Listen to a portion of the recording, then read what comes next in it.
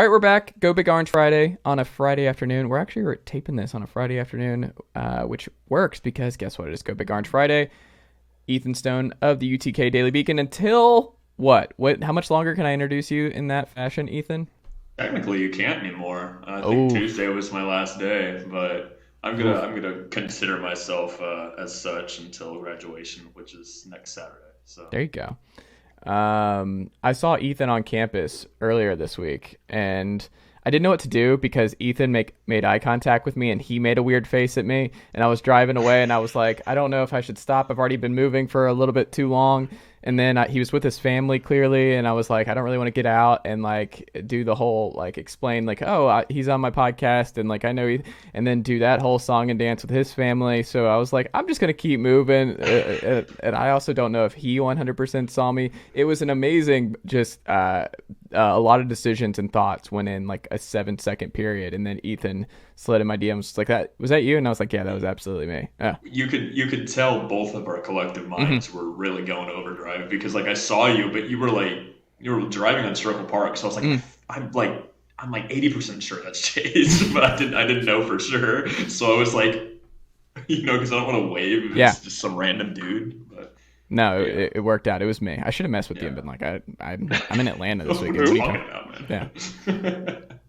Also here, Ryan Schumpert of the Rocky Top Insider. Ryan, good afternoon, sir. How are you? Doing well. Glad I wasn't involved in that interaction this week because those are the social interactions that just eat away in my head. So Yeah.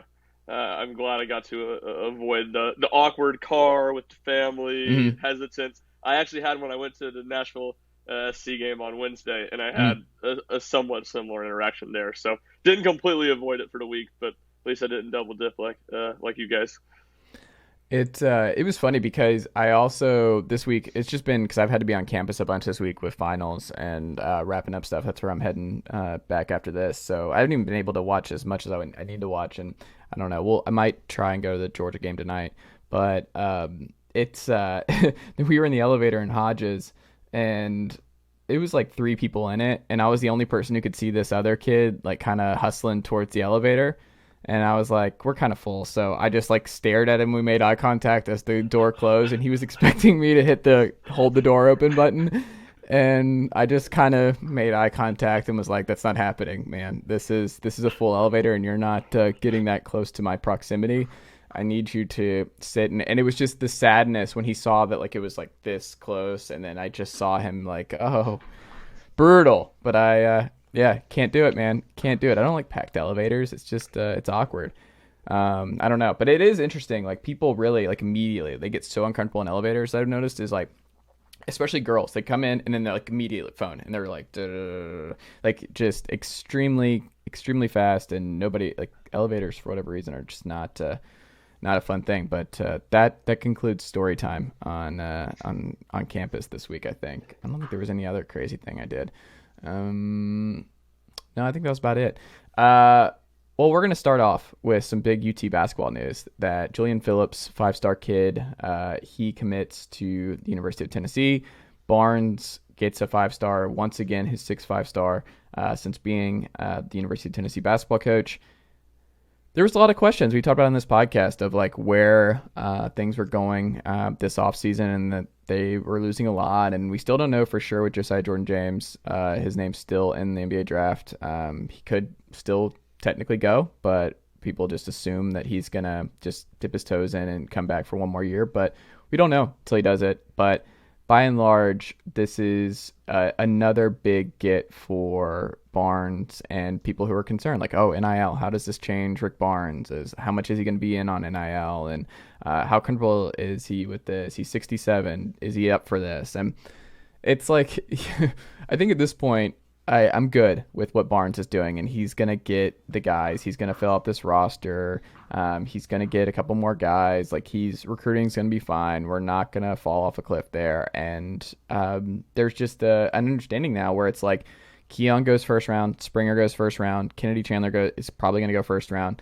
That if you go to Tennessee now and play for Rick Barnes, I mean, you can go back to Durant, which I think Phillips is like one of his guys. Is like he loves Kevin Durant, so I'm sure there was some crossover there. But you're in good hands. And if you spend a year if you're Phillips and you develop and you play hard and you play with this defense first identity and you play on the team that should be in the top three in defensive KenPom and be right there in the thick of things in the SEC, then you'll probably go in the first round. And that's a good selling point. It's like, you'll be taken care of and you'll be good at UT under Barnes. But Ethan, what do you make of the Phillips sign? Were you surprised, and do you think that it's the right fit for what Tennessee needed? I think it's a great fit. I'm not necessarily surprised. I thought it was going to be between Tennessee and Auburn myself. G League, I know they offered him I think I saw $800,000 or something like that, which is insane. But it kind of talks about what you were talking about, just NIL and the fact that obviously Barnes and Tennessee and whoever you want to say as far as the interest groups go are able to kind of fork over the cash, because obviously that is a major factor here. But I mean, Phillips, LSU guy, was going to go to LSU before the mass exodus there, before everyone leaves after Will Wade gets fired. 6'8", he plays like a wing. He's just tall. I saw someone give him an NBA comp towards Mikal Bridges, which I think is kind of fair.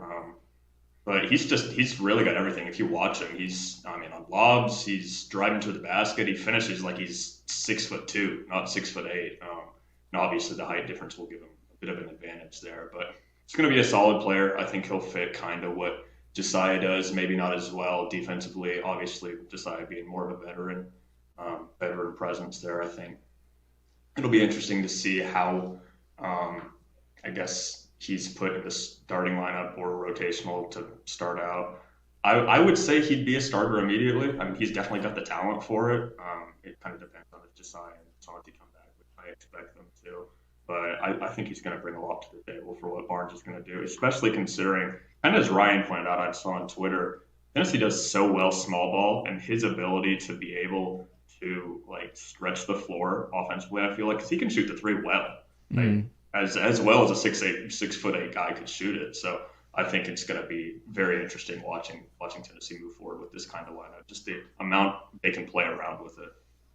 I think so too. Ryan, what do you think? Yeah, well, for one, credit to Phillips and his camp. I mean, when's the last time you remember a 5-star committing in the morning that he was committing? Like, no one seemed to know where he was going. It was pretty cool. Like, it felt like an old-fashioned recruitment in that way. And no, I think Ethan hit the nail on the head on a lot of it. I think maybe if you're looking exactly what Tennessee needed, you'd say, hey, go get a low post scorer. That's what they didn't have last year, and Phillips isn't that. But at the same time, maybe I'm missing someone, but I don't think there's a low post scorer out there in the transfer portal or the prep ranks that's as effective as a player is Julian Phillips. And while he may not bring the interior scoring that is more of a permanent need for Tennessee, and this is kind of what Ethan was getting at with my tweet, I think it opens up all sorts of really fascinating lineups and possibilities for Tennessee to stretch defenses next year, because Tennessee's best offensive lineup, without a shadow of a doubt, was that Josiah DeFore lineup last year. And the thing was, he was going to play some at three. He couldn't be on the court at all times. He was going to be at foul trouble.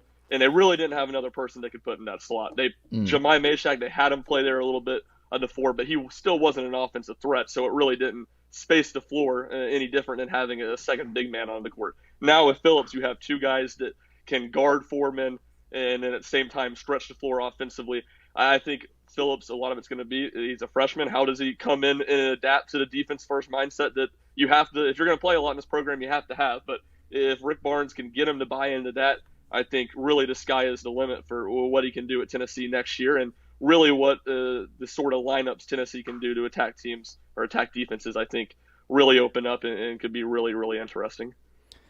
Yeah, there was not another big you were going to replace BHH with in the portal or anything else. It was just kind of like, now you're going to lean more on wing depth. I think there's going to be more switchability with Tennessee. There's going to be more length, and it slides JJJ to the four, I think, permanently. I'm curious what this means for Kumwa and if he's a starter on next year's team or what you do there, because Euros came on late. Is it I do? You need to, because that would probably be my preference is I do it. You could go super big here. You could go, you could even have Vescovy at the one. You could go Vescovy, Phillips, Kumwa, JJJ and I do, you could go. There's a lot of different things that Barnes can do, and as we learned this past year, he's gonna mix and match, and he's not gonna be afraid to switch up the rotations and figure stuff out. But with Victor Bailey, Justin Powell both being gone, this is like the kind of wing depth where it's like, oh, it's more of a proven commodity on the wing that Barnes doesn't have to just like like the fan base doesn't have to go, okay, we have to find somebody on the wing who can create their own shots, somebody on the wing who can do something kind of like what Keon was able to do 2 years ago when he was healthy. Is like we did not have that last year. It was a lot of reliance on the guards. It was a lot of reliance on the driving kick and finding open shooters, and it was clunky at times. And I think the offense will be a little bit more opened up here because I don't think we'll be as big heavy as we were a year ago. But I am curious, does this mean Sakai is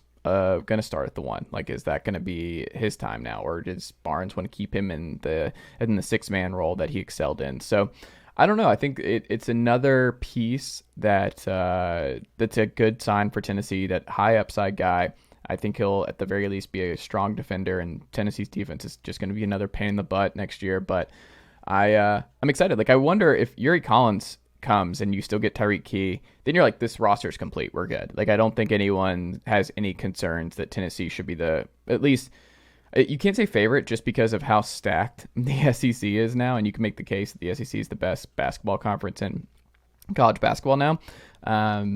That I don't know. I'm with Arkansas, with Alabama, with Kentucky, with Auburn a little bit, but like there's going to be a lot of good teams that they're going to have to challenge at the top of this conference next year. But by and large, I think it's going to be another great team, and Phillips is kind of like a last like big thing. I don't think there's another big name on the horizon. I know, listen to the VolQuest guys, they expect another European name to just pop up out of nowhere. I think Rob Lewis talks about it. He's like, he's going to come. I don't know who it is. He's going to pop up on the radar, and it's going to be like a Euros and a Santi, and you're like, okay, I guess he's just going to be a great player for Tennessee for 3 years that we did not know existed. That's somebody to watch out for. But I'm curious, like, who do you think is the lead ball handler next year, Ryan? Who do you think is the starter at the one? Yeah, it has to be Sakai. I don't see any other option with Yuri Collins going back to St. Louis, not transferring. I mean, I think that would have been the other option. I think that's kind of, I thought it was interesting you mentioned him, because when Tennessee got Phillips yesterday, I think that's kind of the one, his versatility, I think, releases a lot of the worry about the depth of the big men and losing BHH. I think that's a much smaller concern now. And so that is, to me, the one other roster concern is I see one ball handling guard that you trust in Sakai. I don't see a second one. And Collins would have been that guy. So I think that is a tough loss. Who ends up being it? I think that's a really big question right now, because obviously they're going after Tyrese Hunter. That one is a very crowded recruitment, far from a lock or even Tennessee being the favorite necessarily. And I think you may end up with a lot of pressure on BJ Edwards, because while Vescovi is capable of handling the ball, just look at the jump he made last year. And it wasn't all because he was playing off ball, but I think that was a big part of it. And the strength of his game, I think, besides just the straight up shooting, which just goes with the shooting, is how well he moves off the ball. And he's not doing that when he's running the point. So while that's an emergency option, something you can go to at all costs, that's not what I would want to be doing if I was Tennessee. And right now, the only other guy on the roster really is Zakai, and BJ Edwards kind of being a question mark, and how much maybe Tyreek Key kind of feels like that would be similar to Zakai, similar to Vescovi, where he can play someone if needed, but not a true point guard. So when I'm looking at when they have 3 roster spots still left to fill, to me, that's the only thing that they really need is to add another ball handler. And besides that, and I guess this is me rambling a little bit now, when Tennessee was missing on some of these guys, I wasn't necessarily, I think, hitting the panic button as much as other people, because really Tennessee's, the core of its roster is back. And while they have whatever it was, 5 at the most spots to fill, they don't have a whole lot of starting spots to sell. They really had one, and that was probably big in getting Julian Phillips. There was you felt really confident about 4 guys you were going to have in the starting lineup, and it's hard to go get really good guys, and especially in the NIL and especially in the transfer portal era, if you're not having big time minutes and then maybe some added incentives in there to get them. Absolutely.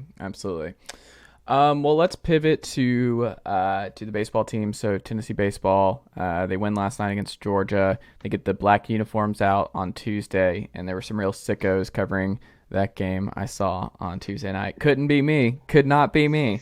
But this is it. The homestand wraps up here. Mississippi State on the road next weekend, which before the year we were like, oh, what a great way to end the year is the defending champs in the College World Series, and they're not even making the NCAA tournament. They're out. Like, this has just been a really, really rough year in Starkville following their magical run last year. But what are you looking for out of this Georgia series, and what did you already learn from last night's game? Well, I think for one, it was just interesting to see the pitching. We knew they were mixing it up, going with Chase Dollander to open the series, and then Blade Tidwell staying into game two. Chase Burns came out of the bullpen, so that answers the question of who's going to start on Saturday this week in game three. And that, I think, is still the biggest question. Is they're getting into range where there's some of these weekends you're going to need 4 starters, SEC tournament being one of them, a regional potentially being another one.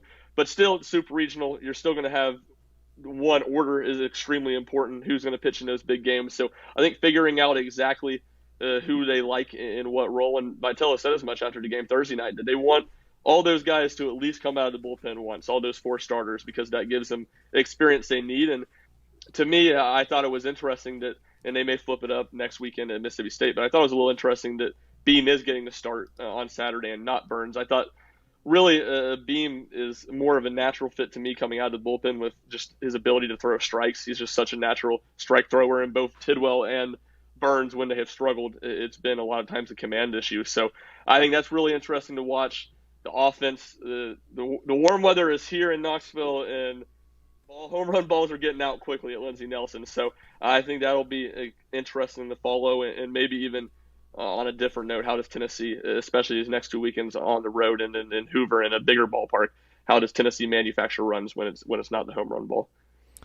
Part of me wants to kind of lose. I kind of want to lose in the tournament. I don't want to be number one. Like, that whole stat about the number 1 overall seed and the best team in college baseball winning the tournament and winning in Omaha is just, what is it, 20 plus years that has not happened. Yeah. That's just, it's kind of scary. But I don't know, Ethan, what do you make of last night's game and the state of the pitching rotation at the moment? I didn't watch too much of last night's game, but I kind of want to go off what you were saying about being number one. I've noticed the bits I have watched that Tennessee's just not hitting as well as they were in the beginning of the season. That's a tall ask, obviously. But, going into Mississippi State this weekend, I remember I said I thought Mississippi State would be the one that maybe because it's on the road might give the Vols some trouble. Obviously, Kentucky seemed to have filled that role. They if Kentucky's beating you, there's a little bit of a problem because, I get it's just one series and the weather wasn't great at the time, but I feel like this is not the time for Tennessee's bats to be slightly tapering out. And like Ryan said, if they're relying on the long ball too much or having problems getting the ball in the infield and stuff like that, I combined with your number one, what you said there about that, I feel like it's asking for trouble going into Hoover. As far as the rest of this weekend, I don't think Tennessee will have too much trouble with Georgia. Not really, especially at home with the magic number being 2 and ability to win the SEC tonight if I think Vanderbilt beats Arkansas. So I think they'll go pumped up into that. I'm just a little worried that they'll get to Mississippi State and they'll just be like, yeah, we've already done it. That's one thing I feel like this team really needs to prove is like they're not going to get ahead of themselves. Like they got to see the target in front of them and actually go towards it and I guess finish, because that's obviously what's most important going into Omaha into a series like that.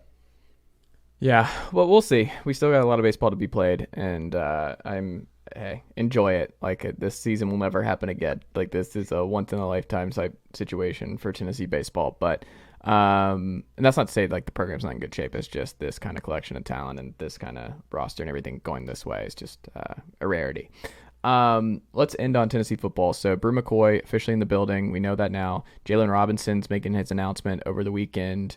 So we'll see what happens there, but it seems like that's pretty positive and pretty likely that he's going to end up on Rocky Top, especially with this background at UCF and Heupel and the difference between playing with Gus Malzahn this past year and what happened with that offense after Dylan Gabriel went down versus what he'll be able to do with Hendon and company. He'll probably be able to play right away with this Tennessee team this fall. It's kind of funny. We were talking about it in the podcast. I'm not sure if it was a week ago or 2 weeks ago, but who do we think between Robinson and Bru? And now it's like, well, they're just going to get both. And there's a lot of young talent to like in Knoxville right now with Webb, with Miller, with Squirrel, with just up and down the list. And we'll see what happens with Carnell Tate, who still has not declared, and we don't know when that's coming. But like the receiver room's in good shape, and then our old friend Ramel Keaton. But this is something that I think is actually will put a lot more Tennessee fans at ease, because if you talk to any Tennessee fan here in Knoxville about Tennessee football and just the depth chart, they'll be like, oh, I don't know about Jalen Hyatt. Like there's a lot of people who will never be totally sold on Jalen Hyatt being a consistent slot guy and someone you rely on for 12 games. Like the talent's there, and the talent's always been there, but you just kind of feel better if you had the alternatives. And one of the things that was interesting last year was that Javonte Payton was he was a big part of this team early on, and he had obviously a great game against Bama, and he had a lot of great games. Great game against Kentucky, and he was good.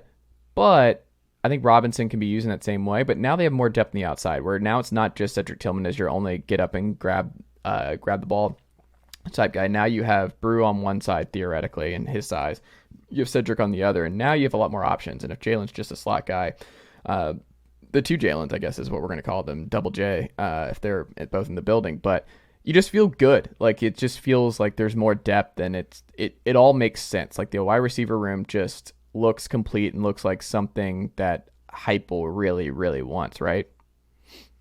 I think so, and I think I said it that day that in a lot of ways Jaylen Robinson made more sense, but more than anything, Tennessee needed an outside guy, and Bru McCoy is that. And I feel like they said it a ton about the Butch Jones receivers. Analysts would the power forwards receiver. Now Tennessee's got two of them with Cedric Tillman and Bru McCoy. I mean, physically, those guys are as good as it gets, and I think you're right. It's just you feel better. There's promise with those young guys, but it's just like we were talking about in the basketball section with B.J. Edwards. There's promise there, but you'd feel a lot better to have more options and have competition in those spots, and that's what McCoy gives you, and that's what Robinson would give you if he does decide to come to Tennessee, and that certainly takes a little bit of the pressure off of those four freshman receivers. And I think the pressure is still on Jalen Hyatt either way, but maybe a little less pressure on the Jimmy Holiday, the Jimmy Callaway, those other junior receivers who have played some, have shown potential. Callaway probably more than Holiday, but at the same time haven't gone out there and shown it consistently. It's just good to have extra bodies. What do you think, Ethan? Yeah, I think, Jaylen Robinson's a hypothetical. That would be great in my opinion, I would say Robinson is still the better prospect between him and McCoy, because as I've said before, I'm just not 100% sure if McCoy is even going to get to the field. I mean, we got to remember this guy's been played in a year and a half. And he's going to be going in Heupel's up-tempo offense. This is going from not playing to you are running at all times, all over the field. And like Ryan said, he's got the talent, obviously. I want to see him get there personally. Getting to Jaylen Robinson, I feel like if he gets here, especially knowing Heupel, I say he's the wide receiver 2 immediately, right behind Tillman. And then regardless, like you said, Chase, I think Jalen Hyatt, the pressure is going to be on him, because he's been, for a year now, the guy that people are like, hey, you need to step up. You need to be our wide receiver 2 last year. And it was obviously Peyton as the wide receiver 2. At least I'd say producing more than he did. So I feel like Hyatt, needs to take that next step, regardless of whether Jaylen Robinson and Bru McCoy get playing time over him.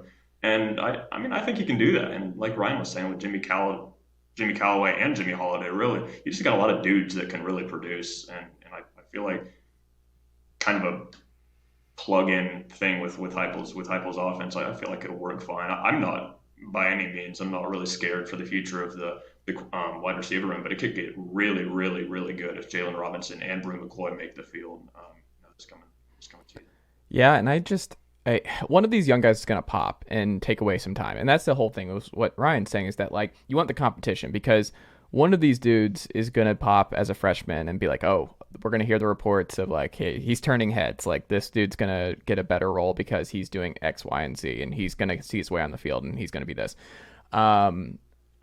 I just think it's a good thing to be. It's a good problem to have. It's just too many receivers, and I think it'll be fine. It's also just nice to see, because Cody Burns leaving when he did, you were like, uh-oh, is this a problem? Because he takes the New Orleans Saints wide receiver coach job, and there's just uncertainty. Like Kelsey Pope, by all accounts, you promote from within, and there's the continuity there, but you still don't know if it's going to keep up. But since he's been installed as the new receiver coach, Tennessee hasn't missed a beat. Like, you still bring in Bru, you still might bring in Jaylen Robinson. Like, I think they're just going to be humming on all cylinders with or without those guys. So I'm excited about that. I am concerned though with, I think there's two areas that I don't know if they're going to be able to fix in the portal, and that's the tackle spot and that is the corner spot. Like, Tennessee really, I would feel a lot better because I think the pass rush spot is kind of wrapped up. I don't know what they're going to do there. I think they're just kind of like, we got our guys for the time being, but we'll see. Maybe adding another defensive tackle, maybe somebody else comes in there if they're not completely sold on Terry and company. But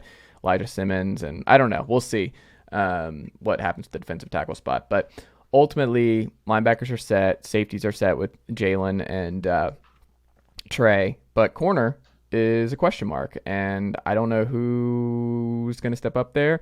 But Ryan, are you more concerned heading into this summer at the corner spot for Tennessee's depth or the tackle spot?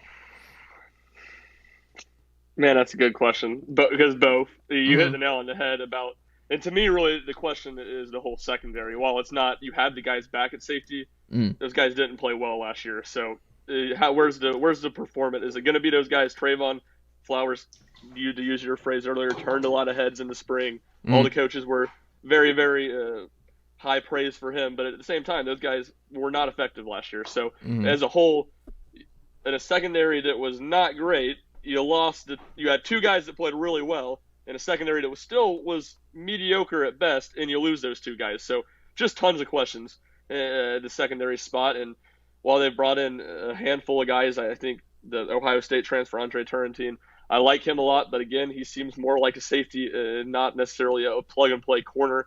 So I guess I would lean there just because you need more bodies. At the end of the day, you feel good about four of your offensive line starters, and it's just replacing Cade Mays, who's going to start at that tackle spot. And you hope that they can scheme around it some. I mean, look, Cade Mays missed whatever it was, 3 or 4 games last year. It wasn't like they never played with him not on the field, and while the offensive line was certainly worse, they still had good offensive performances. I mean, he didn't play in that Kentucky game. The offense was humming. So it's probably, I just think probably maybe the tiebreaker there is just the overall confidence in the offense and the overall confidence in Heupel to scheme around it. Maybe some issues at tackle. But at the same time, if you're looking at Tennessee making some sort of real huge jump to 10-2, playing in the Sugar Bowl, Peach Bowl, name whatever, New Year's Six Bowl, Tennessee's going to need to be a lot better on the offensive line. And I think that goes kind of for the same way I said with the safeties. I think those interior offensive line, the offensive line as a whole last year was good. But how many times did Tennessee line up on 3rd and 1, 4th and 1, and run it up the middle and not get it? I mean, we criticized Heupel for his lack of creativity in those moments, but at the same time, there's going to be plays you're going to reach those goals in a season where you have to line up and be able to out physical people. And Tennessee's offensive linemen who were back and who were pretty good last year weren't able to do that most of the time last year. So you wonder what overall the offensive line, how much those other 4 guys can improve and maybe help out that offensive tackle spot as well. Yeah, what do you think, Ethan? I'd agree with Ryan that it's a tough question, but I'd go corner, I think, after thinking about it. It's kind of an opposite problem that the wide receiver room has, because wide receiver, you have a lot of talent, and corners, there's a lot of guys. I'd argue there's a lot of guys. There's not a lot of guys that can contribute. I mean, you got Christian Charles, you got Deshaun Rucker, you got Kamal Hayden, you got Brandon Turnage, but none of those guys are proven. Not really. I'd say Turnage gives you the best bet of that room, but he's more of a star nickel. And it's just, there's a lot of playing around, I feel, for Tim Banks to do this season. I personally like Christian Charles a lot. I didn't even mention Danico Slaughter, by the way, but I like Christian Charles a lot. I think he has I think he has the possibility to really take a big step up this season. They've been raving about him in spring practice. I know that. And he kind of gets injured in the middle of last year and kind of falls off a cliff a little bit at the end, but he was really playing well against Pitt, had that punt block against them. And then, just during I get it's against not great teams, against Tennessee Tech and stuff like that, but I think he showed a lot of potential, and he could have an opportunity to maybe play, I don't know, mess around at that nickel spot, maybe cornerback. He might not be big enough for that nickel spot, but he could, I feel like, vie for losing Alante with maybe Kamal Hayden or Turnage, given how how Banks wants to do that, I guess.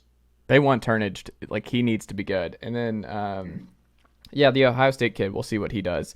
in this scheme and if he plays at all this fall. But I don't know. We'll see. I think that is something to monitor, though, with Tennessee, and the expectations from national folks on Tennessee is just that, like, hey, if the wins don't come or there are some bumps in the road this year, I think it comes from the offensive line taking a step back from where they were a year ago, and Hendon getting beat up a little bit more. That's a possibility. Not being able to run the ball the same way is another possibility. We have a lot more uncertainty in the running back spot. Talent, I think there's more talent and there, but still some question marks.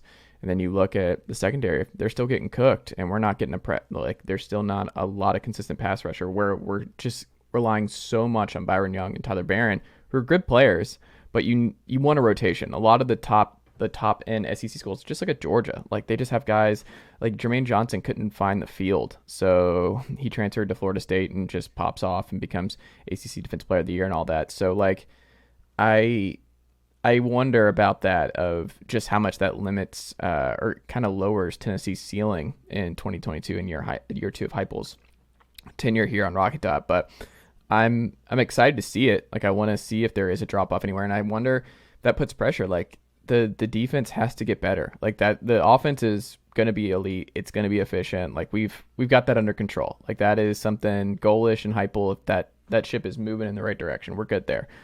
But the next level, if you want to be a 10-win team in the SEC, you want to really challenge Georgia, you want to really challenge the big boys consistently. It's like, the defense cannot be what it was last year, and the talent on that side of the ball cannot be what it is right now. Herring is a good get, like, we'll see, but you need a lot more Caleb Herrings. You need a lot more dudes on that side of the ball to kind of even out both sides of the ball. And I understand it will never be a complete one-to-one scenario with Heupel's offense, but you got to get more guys, and you've got to be more comfortable if you want that. So, like, when people are like, oh, Tennessee